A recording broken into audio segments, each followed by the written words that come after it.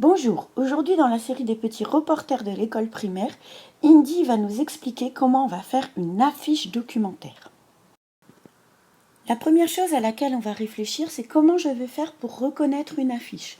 Donc une affiche, c'est un support papier, c'est-à-dire qu'on va l'imprimer, on va coller sur un support. Une affiche, c'est destiné à être vue, donc ça doit être joli, ça doit attirer l'œil, etc. Et une affiche, ça doit faire passer des informations. Donc c'est les trois choses, support papier, qu'on va regarder et sur lesquelles on doit trouver des informations qui sont importantes. Deuxième chose, on va essayer de comprendre ce qu'est une affiche. Donc en fait, quand on parle d'affiche, on va avoir deux types d'affiches.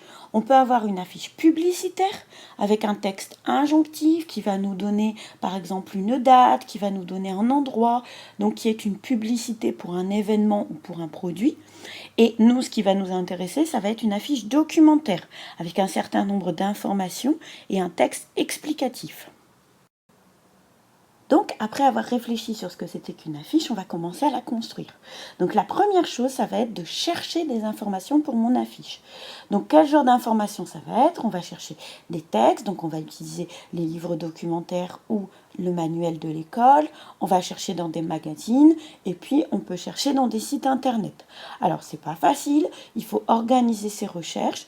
Sur le site CSI, là, je fais des sélections de sites sur pas mal de domaines en histoire et en sciences, donc vous pouvez commencer par les utiliser. Je vais également chercher des illustrations. Donc qu'est-ce que c'est qu'une illustration? C'est ce qui va égayer un petit peu mon affiche, qui va la rendre jolie. Donc on peut utiliser des photos, on peut utiliser des dessins, des cartes, des schémas, des tableaux, des frises chronologiques, tout ce qui est autrement qu'un texte en fait, qui va nous donner de l'information, mais avec un support visuel différent. Une fois que j'ai collecté, lu et bien compris les informations pour faire mon affiche, je vais commencer par la construire. Une affiche, c'est organisé. On va avoir des titres, on va avoir des sous-titres, on va avoir des paragraphes. Souvent, on a ce qu'on appelle un encart, c'est-à-dire on a un petit cadre et dedans, on a une anecdote. Donc, c'est ce qu'on appelle les fun facts en américain. C'est la petite chose qui va faire le petit plus sur l'affiche. Et en fait, on va avoir les illustrations et on va toujours avoir des légendes, c'est-à-dire on va avoir une petite phrase qui explique ce qui est représenté par l'illustration.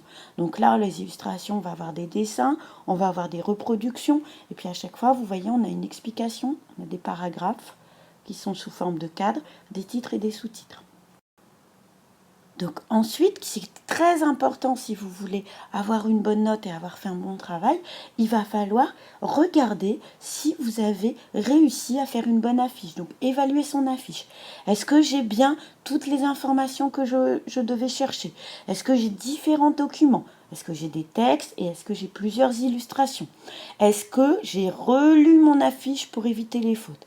Il n'y a rien de pire qu'une jolie affiche avec des énormes fautes d'orthographe dessus. Faites-vous aider, mais relisez votre affiche. Et à la fin, on se recule et on regarde de loin. Est-ce que mon affiche, elle donne envie de la lire? Donc, si vous vous posez ces questions-là et que vous répondez oui à chaque fois, normalement, vous avez bien rempli le contrat. Vous avez fait une belle affiche documentaire. Enfin, la dernière chose à faire, c'est de se demander qu'est-ce que je vais faire avec mon affiche? Comment je vais la présenter? Est-ce que je vais faire une expo dans la bibliothèque, par exemple? Donc dans ce cas-là, je vérifie bien que mon nom est écrit sur l'affiche, je vérifie qu'elle est pareille que les autres, qu'elle suit, qu'il n'y a pas des choses qui manquent. Je regarde donc les affiches pour voir si c'est harmonieux, si c'est joli. Vous essayez justement de la valoriser dans l'exposition. Deuxième chose, par exemple, je le présente à ma classe, donc je l'accroche dans la classe et puis je dois expliquer mon affiche. Donc avant de présenter à la classe, je relis bien toutes mes informations qu'il y a sur mon affiche pour savoir de quoi je parle. Et puis je peux faire des petites flashcards pour expliquer, pour pas lire en fait mon affiche quand je la présente. Voilà. Avec tout ça, je pense que vous êtes prêts pour faire des super affiches. Donc si vous voulez plus de renseignements, vous pouvez aller sur le site csilila.com. Vous avez des portails avec des sites intéressants. Vous avez plusieurs petits films pour vous expliquer comment faire des recherches. Donc je vous souhaite une bonne chance.